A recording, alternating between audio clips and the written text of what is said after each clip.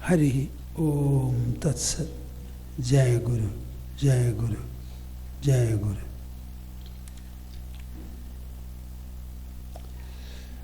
Madhya Hridaya Kashe Sadanandamayo Guru Udetu Satatam Samyak Swatmananda Prabodhagaha.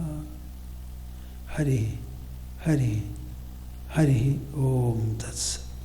Jai Guru, Jai Guru, Jai Guru. I would like you to recite 3 times the auspicious monosyllable Omkara jointly, collectively, along with me. Many of you already know that this Omkara recitation is very, very effective. It is being produced for salutary benefits in foreign countries. They are making them chant Vishnu Sahasranama, playing in record form, for easy delivery, comfortable delivery, sometimes for operation, etc. This is the latest information I got recently. It first of all increases the health and longevity of the heart. And so far as the mind, brain and ego are concerned, its effects are marvelous. Those effects I don't think objective science will be able to discover or unearth easily. Finally they will have to say, we can say nothing about the mind and the intelligence, the substance that what it is. Every day if you can chant about 12 times Omkara in the morning, you will find how effective and sublime the benefits will be. Interlock your fingers and put them on your lap. Sit comfortably erect, close your eyes, open the mouth and the heart and join me. While chanting this, I would like every one of you to have specifically a thought process. What is that? Our joint recitation should spread upon the whole of the earth, showering its benedictions on all the creatures thriving upon our planet. This way you will find your mind will expand considerably, and whenever the mind expands and the intelligence becomes more perceptive, you will find your performance, whatever it is, the entire activities and interactions of the 16-hour day will be progressing inestimably. Indescribably, there will be increased benefits. Activity and interactions are sourced by the mind and the intelligence, and we generally do nothing for the mind and the intelligence, whereas we do everything for the body, spending 2.5 hours a day. Correspondingly, no nourishment is provided for the mind and the intelligence. So this creates a very serious imbalance and disharmony in our personality. How do you expect very good, noble and great performance from people then? I think the practice of Omkara chanting will do away with this disharmony to a very great deal. I would like you to take to it in a very serious, thoughtful and responsible manner. Okay, Hari, Hari, Hari. Here we shall recite.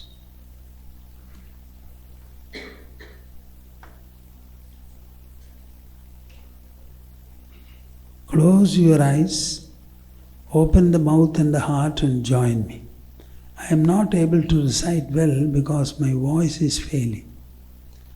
all of you should compensate for my loss.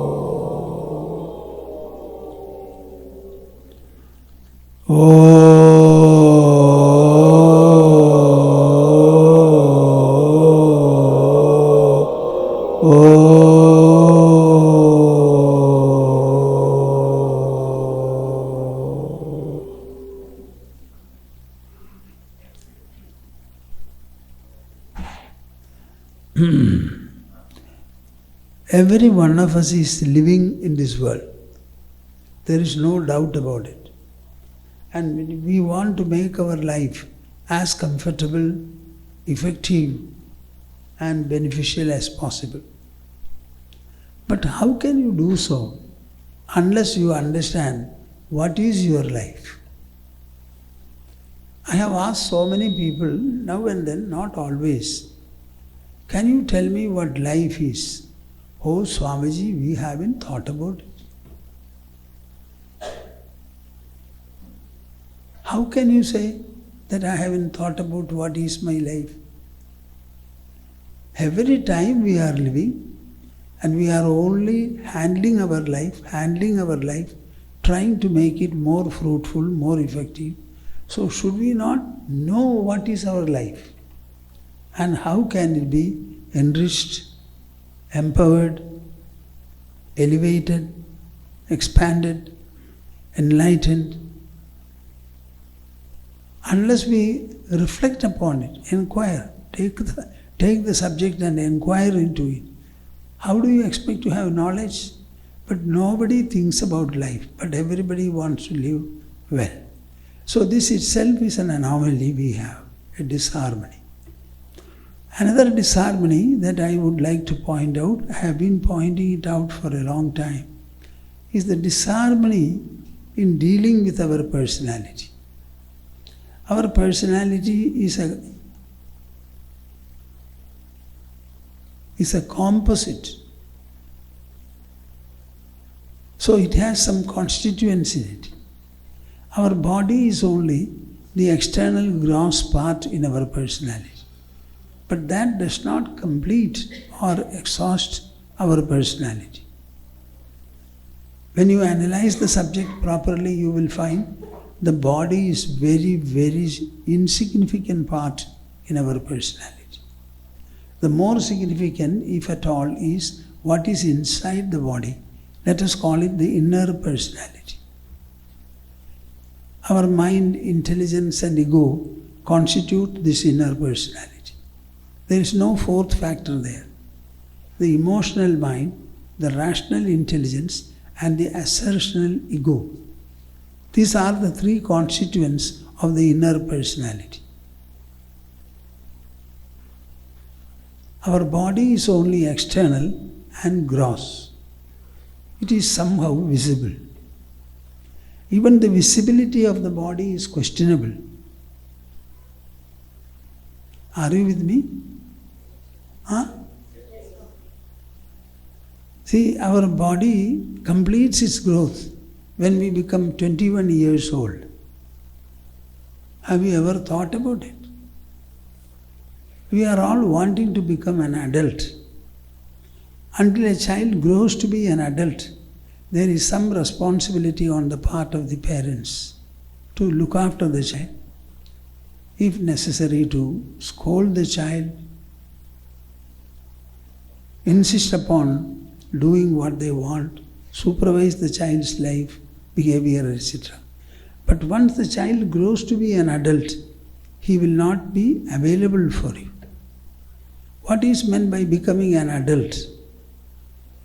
Our development is over and we are prepared to think ourselves, make our choices, selections, our own aspiration. When that stage comes, the parents cannot and should not do anything. They should leave the children to themselves and take their consultations is what I want to tell you. So many children I say, you are being supervised because you cannot live alone. The moment you become an adult, your parents will start making you their consultants. My dear son, my dear daughter, I propose to do this. What do you think about it? Do you have any views? This is the way the parents should ask the children. But does any one of you do so? This is not the way of dealing with human life. By the time the children grow to become 13, 14, 15, they will be physically distanced from the parents. They don't need them anymore. But the contact should continue. Therein lies the success of parentage. They must be able to have a close relationship, intimacy with the children. That will be possible only when you start sharing your mind and heart with them and encourage the children to share their mind and heart. How many homes are able to do this? Can you tell me? Why don't you have a meeting, a family meeting, where the members of the family alone are present and ask everyone, do you have anything to say about me? Are you getting what you look for? Am I able to really be a good father, a good mother, a good brother? If you have any problems, let me know. Invariably, the children will say nothing. But when persuaded and in a good mood, openness is there, they will say what they want. You incorporate what they want in your behavior, the relationship becomes the best. You assume, that's all. This assumption will not work. We don't want a child's outlook. We don't want a parental outlook. We want to have an adult outlook, adult vision, and adult response. That means accommodation and sharing of this kind. So the body grows up to the age of 21 years. Thereafter it begins to decline. It doesn't stay there. It begins to decline. Now that is the time we become an adult. So as an adult we are going to live for 50 to 60 years.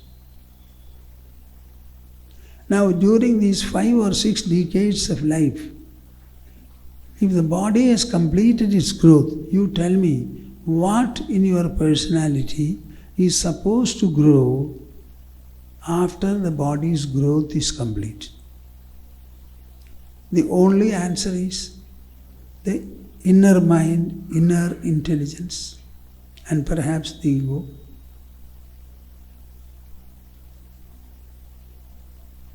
This inner personality growth can and should continue till the last breath of your life. That means the growth of the inner personality is far beyond what you can possibly imagine. The qualitative enrichment of the mind, similarly of the intelligence, is something indescribable. All the complaints that you have are only because you don't have a healthy mind, a flexible mind, an assimilative mind, a resilient mind, a flexible mind. Your mind seems to be rigid. It is not able to assimilate anything, even from the dear and near ones.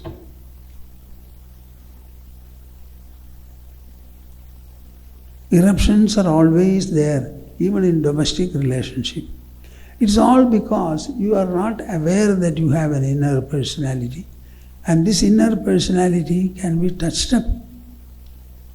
We can reform it, refine it, sublimate it, elevate it, enrich it, empower it, expand it to any extent that you want.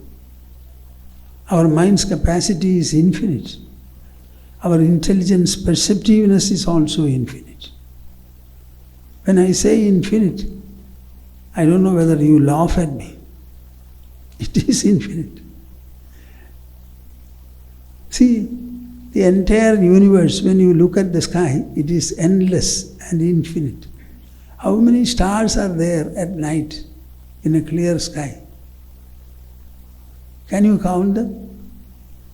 Now tell me, where are these stars really reflected in your personality? Can the eyes contain them? No. Then where are they reflected? In the mind.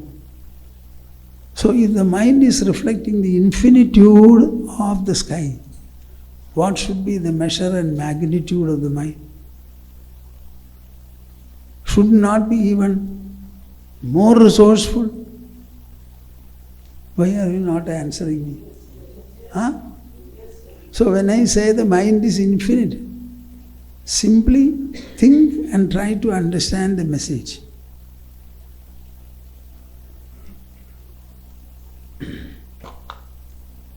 If the mind has got infinite potential, if we are able to harness even 0.00001% of that capacity, don't you think it will be enough for us to live in this world comfortably? Huh? The entire objects in space,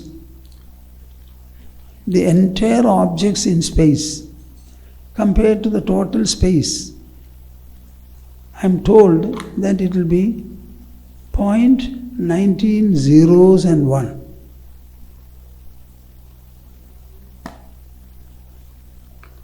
What do you understand? All these objects have come from space. And space is so huge that the objects put together, if you aggregate them, you will find it's only 0.19 zeros and 1 of the total space. And that space is reflected in your mind. When we say infinite, do we not understand it? What in you understand this? Is it the eyes? Is it the ears? Is it the nose? Or is it the comprehending faculty called the mind or the intelligence? Its capacity is infinite, understand it. It is the mind that tells you that the sky is infinite. The eyes cannot say.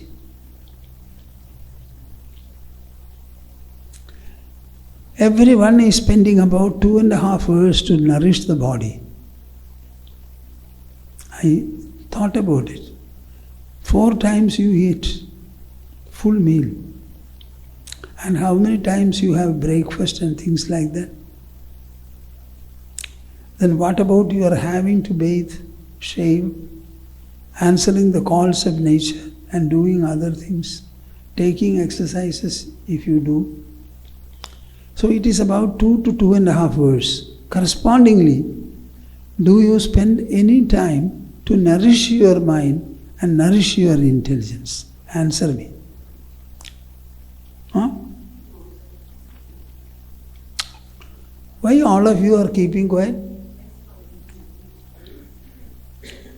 So are you guilty or are you fair? It is your own body, I am not speaking about anything else, your own personality. So unless you nourish your mind and nourish your intelligence, how will they grow? You are using them every day. Using them. See, we are wakeful for about 16 hours of the day. And half the duration we sleep.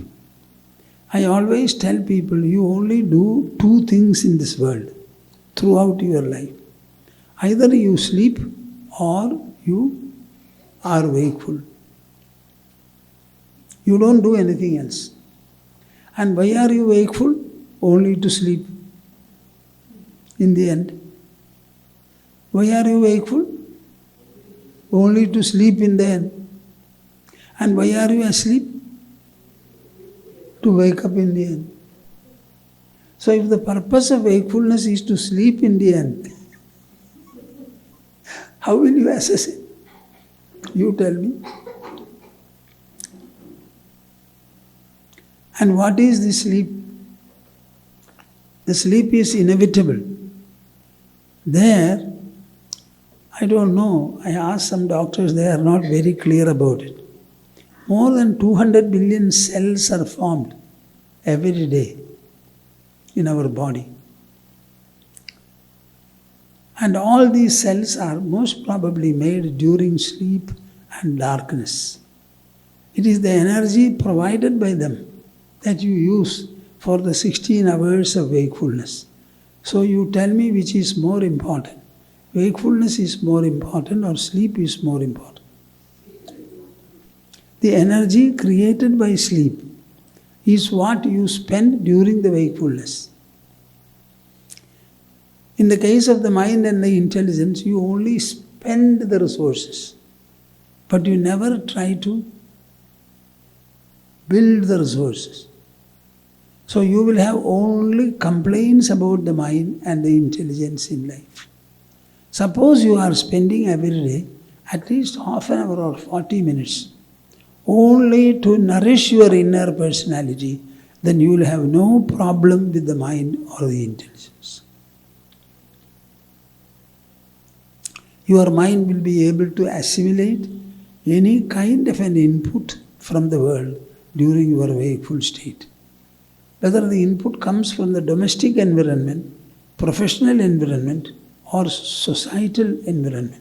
We have only three. You are either at home, or in your professional front, or in the societal arena.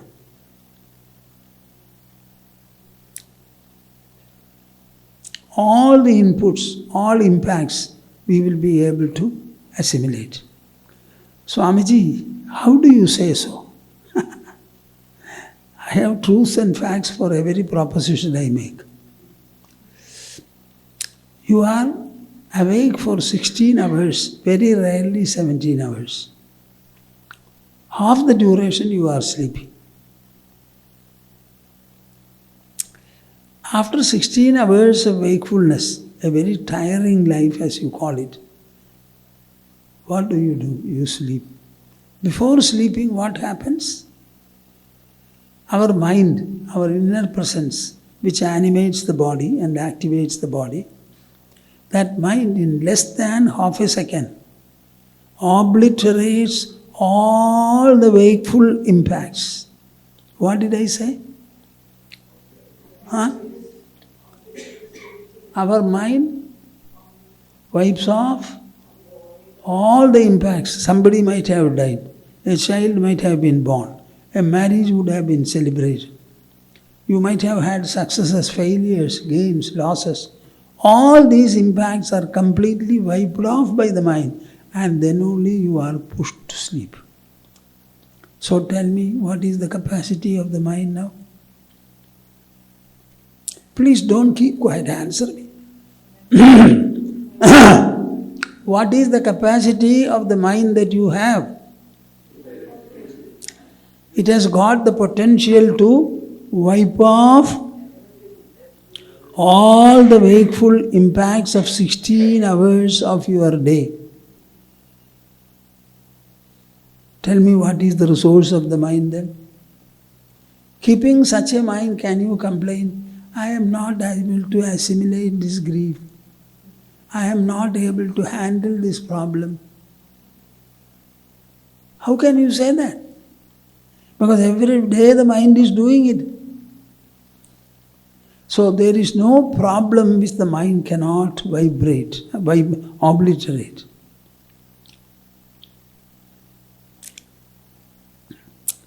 See, so many people in UK were seeing the apple tree. There is a lot of apple trees are there. Newton also was there. All the others went near the trees And they picked up one after the other the apples and ate off, that's all. But Newton did not do it. He was just looking at the tree, looking at the apple, looking at the tree, looking at the apple. All the apples at different branches, at different heights, at different locations, all of them were perpendicularly falling to the earth. The apple has only one connection with the tree. When that is broken, then the tree cannot exercise any influence on the apple. Then it falls perpendicularly. So he was wondering, why is it that everyone is falling? Why not it flee? You know, this man went on thinking about it for 1 year. The reason for falling should be either the tree, which it is not because the connection is broken. Then the relationship can only with the earth where it is falling. What other influence is there? So he found the force of gravity. So with regard to intelligence, in order to arrive at any knowledge whatsoever, sometimes you will have to have dedicated effort, sometimes lingering and lasting also.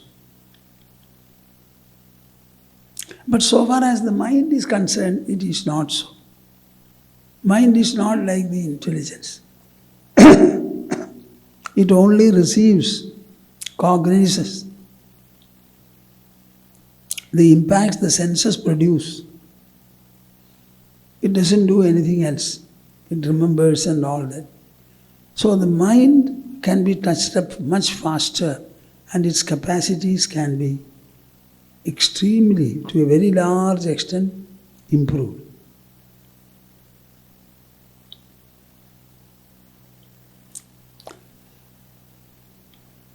Now this is an area of knowledge. What? This is an area of knowledge. I always tell people that spirituality is completely a mento-intellectual pursuit. Will you understand this? Spirituality is a mento-intellectual pursuit. And that pursuit aims at improving the qualitative enrichment of the mind and the intelligence. Their effects are on the mind and the intelligence.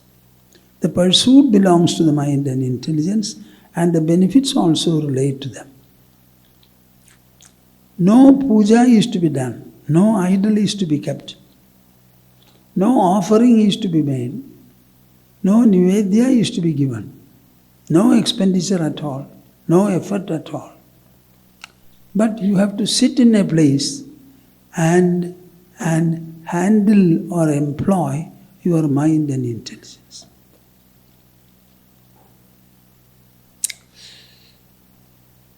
To a very large extent, spiritual pursuit and its success depend upon how you are able to understand it, evaluate it, assimilate it. A proper exposure and assessment generally are lacking. Most people take to spirituality influenced by some kind of a tradition or heredity, not necessarily from an enquiry point of view, but understand that this is a knowledge pursuit. Being a knowledge pursuit, it belongs only to the intelligence. Our intelligence alone has the potential to take up the knowledge pursuit and advance consistently. And intelligence is the only agency which can act upon the mind. Mind cannot be acted upon by anything at all. In the Kurukshetra battlefield, when Arjuna crumbled and looked to Krishna for help and guidance, what did Krishna do? First of all, Krishna admonished him, saying that you are behaving in a manner that is not fitting in with the fighter. It does not earn for you any kind of a recognition or fame. It will not lead to heaven. And it is not a way that is approved and esteemed by people of intelligence and knowledge. These are the three remarks he made.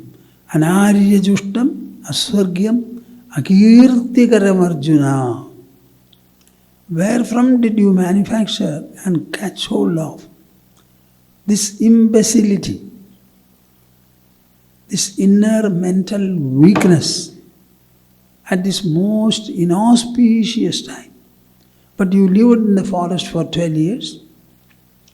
At that time you could have thought about it. Did you not think that Bhishma would be on the side of Duryodhana? Did you not also know that Drona would be there? Because both of them were living in the Hastinapura palace, being fed by them. Drona was appointed as a teacher for all the children, grandchildren of Bhishma. And Bhishma was the grandfather. So they would stand on the side of Duryodhana and you will have to face them. You knew about it for 12 years in forest. At that time you did not think. Now suddenly when the fight has become a reality and you are right in the war front and war cries have already been raised, you say, I cannot fight. What nonsense is this? So he admonished him. When he admonished him, after all Krishna was a close friend of his, he started thinking, bah. See, using the tool of intelligence, he was trying to activate Arjuna's tool of intelligence. So the words were all wisdom, knowledge. In fact, every word is transmitting ideas which constitute knowledge. Every word represents an idea. An idea means a unit measure of knowledge. So this is a mento-intellectual pursuit. Arjuna did not do any meditation. He did not do any austerity in the battlefield, but before going there he had done. What he did was, faithfully and attentively, he listened to what Krishna said. Whenever he had doubt and questions, he expressed them, got clarification, and the dialogue continued. Finally, Krishna asked him, did you understand me well? Could you focus on what I said? He said, I have understood you well. I was able to focus. My doubts are gone. My fear is gone.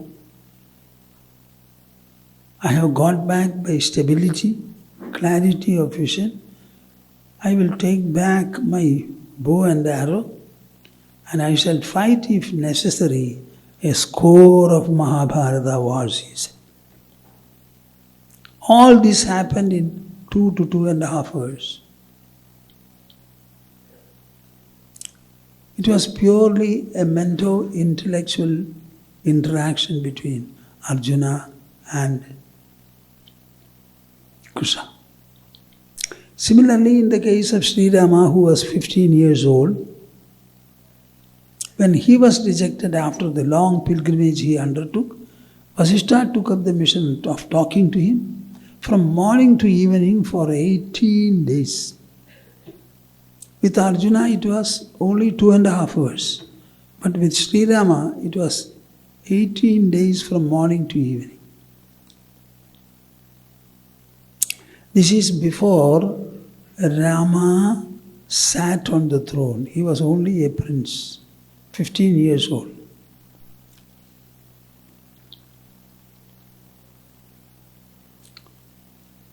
So spirituality is a mento-intellectual pursuit.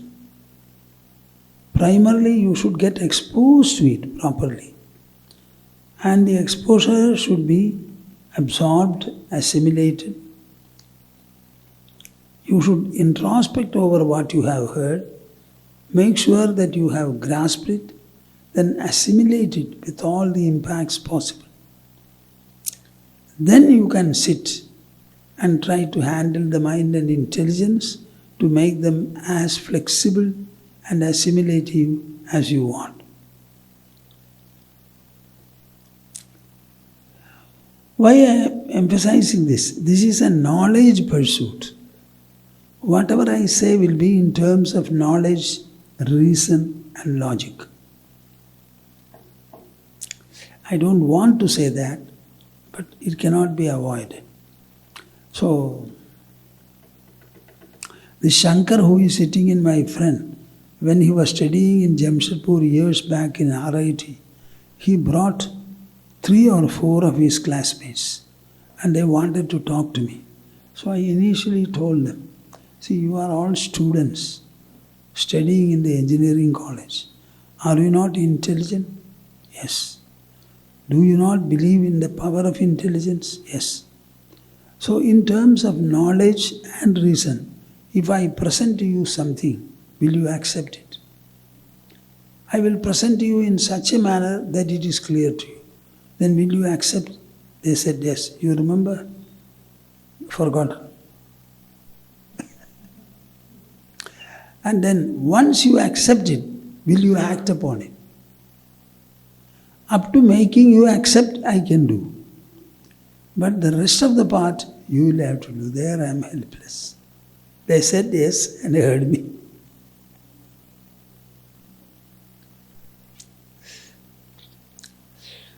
So now, with this preliminary, I am telling you something.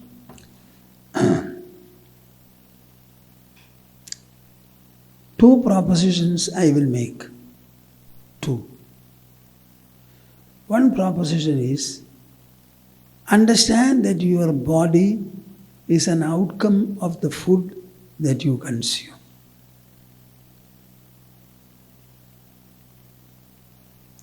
Do you accept what I say? The body is solely an outcome from the food, outcome of the food you consume. And all the food that you have taken, eaten or drunk, it was all matter, matter and matter. So our body is a material mass. It is a matter aggregate. Matter is inert, I-N-E-R-T, inert. It has no potential to generate any experience or knowledge. Tell me whether it can generate any experience or knowledge. Huh? In the same manner, your body also cannot. It is a dead body. Then what makes it functional? Our life is experiential throughout. If the body cannot generate any experience or knowledge, the question necessarily arises as to what is the source of all our experience. It is not the body, it is not the senses. On the other hand, it is the mind. Mind is not a physical part of the body, but it is associated with the body. This is the mind which animates and activates the material aggregate called the body. Mind is above matter and above energy.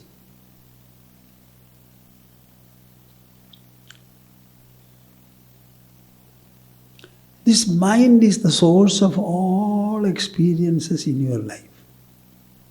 That you have a body is itself a mental experience. Do you agree? Huh?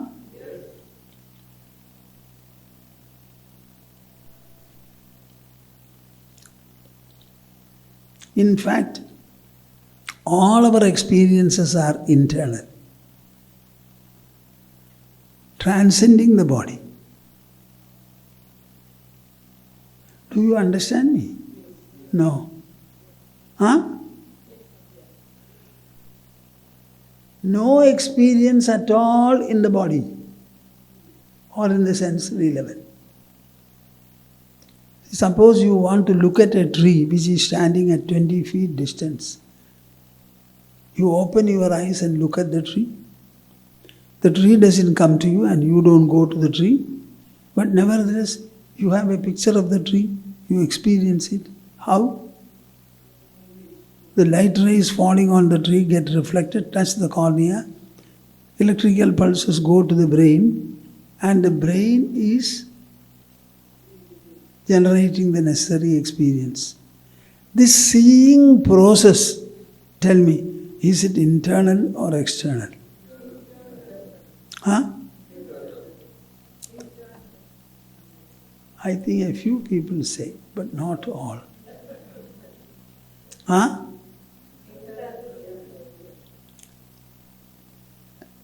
The eyes are only employed by the mind. The decision to see is the mind's. Then employing the eyes, focusing in that direction, that is done by the mind. So the process called seeing, that is internal. It is not a physical level. So all our experiences are inner, mental. Our body is inert. So you are carrying on with an inert body, inert body, inert body. It is animated and activated by the mind.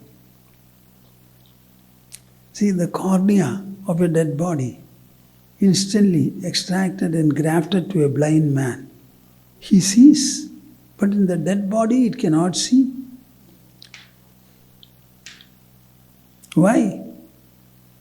When does the body become dead?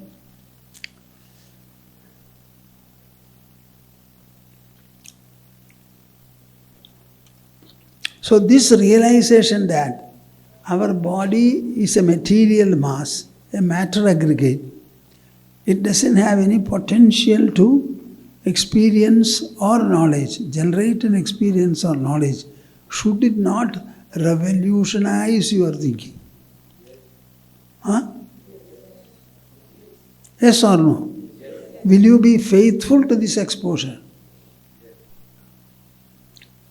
See, the whole picture changes. No experience is physical, bodily, or sensory. The seer is inside. Seeing process is inside. Seeing the outcome is also inside. It is not in the physical level, but beyond. That you have a body is itself. You don't see your body. You only see a mental imprint of your body. Nobody sees his body. When you see the child, you are not seeing the child's body.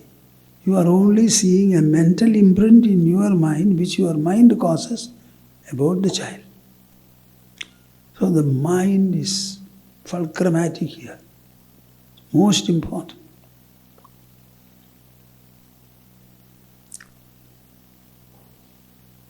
What are you going to do before this exposure? Our body is inert, it is a dead body. It is the mind that animates and activates it. Mind is the source of all experiences. So I should give supreme value and place to the mind and try to nourish it, strengthen it, ornament it, decorate it. And I can build the mind to any extent I want.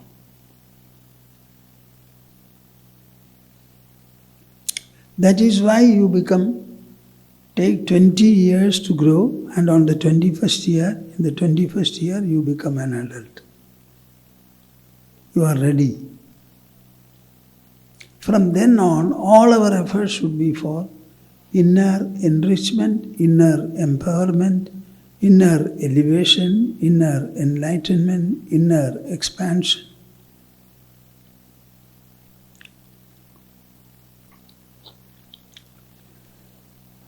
One more point I would like to present. It may not be new to many of you. Can you tell me whether any object of this world Does it ever enter your mind and produce an experience? Huh? Any object. Objects remain only outside. They never enter your mind.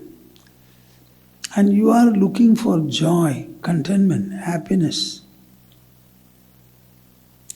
If the objects in this world cannot produce joy or happiness, which is an emotion, and joy belongs to the mind, then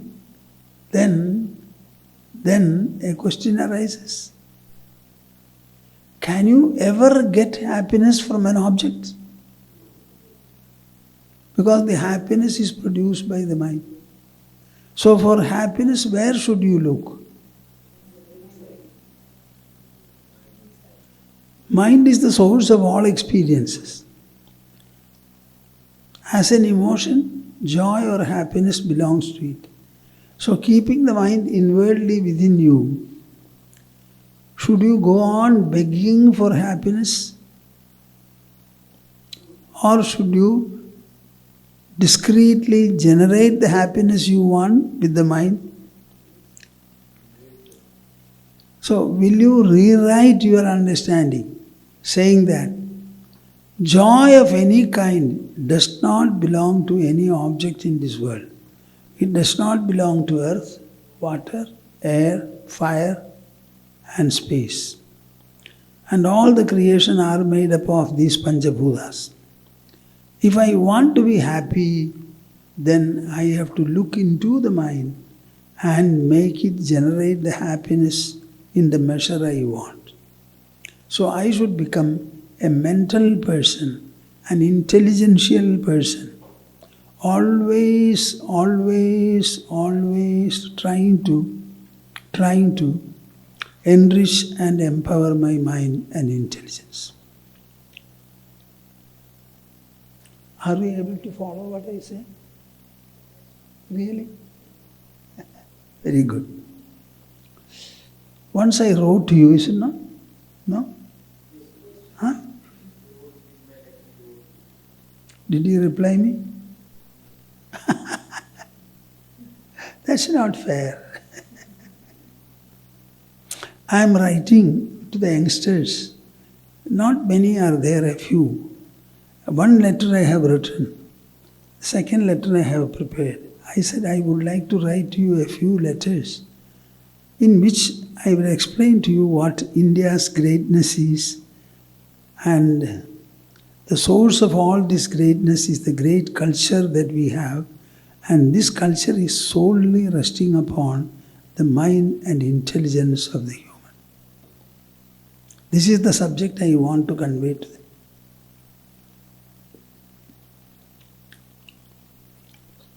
The second letter I have prepared, not sent. It will be about 8 to 10 pages, A4 sheets.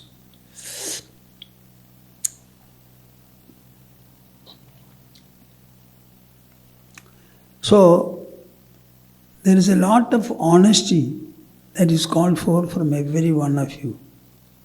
Do you recognize and admit the fact that the body is an outcome of our food? Hence it is matter. Being material, it is inert. It cannot cause any experience or knowledge. All the experience is sourced by the mind and the intelligence. I am a human. I live by knowledge, in knowledge, with knowledge. It is knowledge that makes you understand that you have a family, you have a wife or a husband, father or mother. It's not an information that comes to you from your body. It comes from the intelligence. This mental-intellectual development is very important. And what for is it? It is to live in this world in a better manner, in a more productive manner, in a more ennobling manner. I want all of you to be good, noble and great. What? Good, noble and great person. then whatever you do will be good, will be noble, and will be great. If we have such people in our country, the country's productivity will grow, GDP will grow.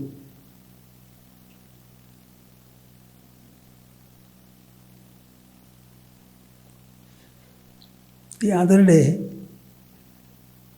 I asked the AI, I like to talk to him. I said, will you accept me as a friend? I want you to be a friend. And I presented a few data about India. And there is a talk that India has already become the third economic power, or very soon to become. And then I gave how much of electrical traction we have, what is the rate at which our highways are being made, and some data like this, all of them I gave. Then can you tell me what is your opinion about India and India's growth? I don't know why this. Amazed at what AI is doing. The reply is here. The tremendous fastness with which he is able to perform. And mind you, this is what our intelligence has done. So shall I remind you again? Understand that your body is a material mass. It is inert. It cannot produce any experience or knowledge. All the experiences and knowledge are produced by the inner personality, which is not matter but above matter. So your focus from now onwards should be your wonderful mind, mind. And the only agency that can work on it and improve it is the intelligence. And the intelligence works on knowledge. So unless you become knowledgeable, knowledge-driven, knowledge-oriented, there is no chance for improvement in your life. We have crores and crores of people who are devoted. They never use their mind and intelligence in their devotion.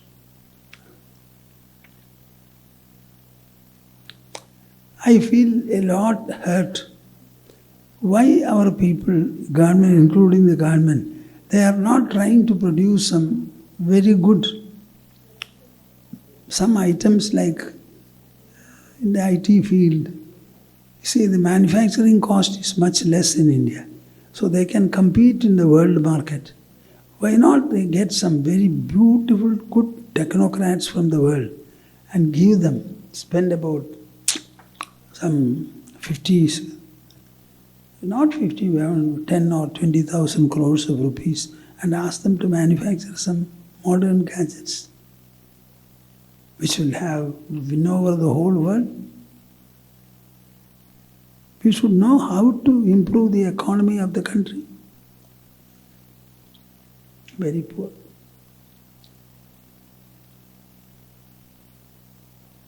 Money has to grow. It has to be generated, but not in a destructive manner, that's all.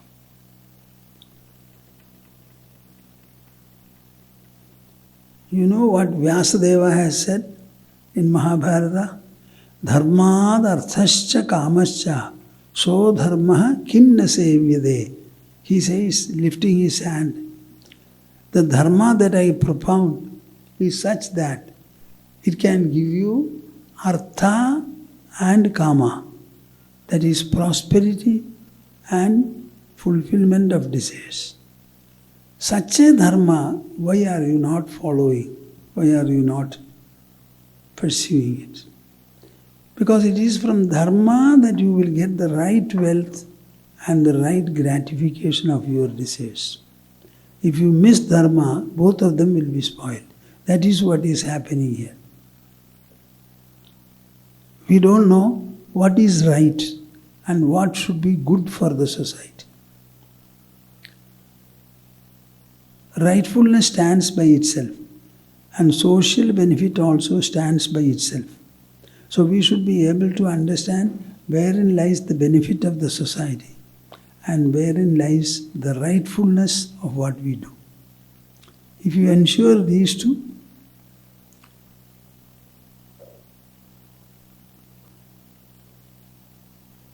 okay, we shall stop. Will you remember the points I have mentioned?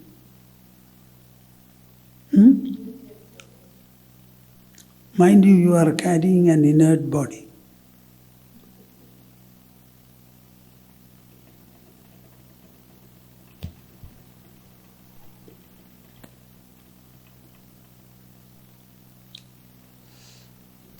Prabuddham vimuktam vikaradihinam prasannam sada nitya bodhasvarupam param nischalam nirgunam sarvarupam bhajeham sada nusmarami pranami. Prabuddham vimuktam vikaradihinam prasannam sada nitya bodhasvarupam param nischalam nirgunam sarvarupam bhajeham sada nusmarami pranami.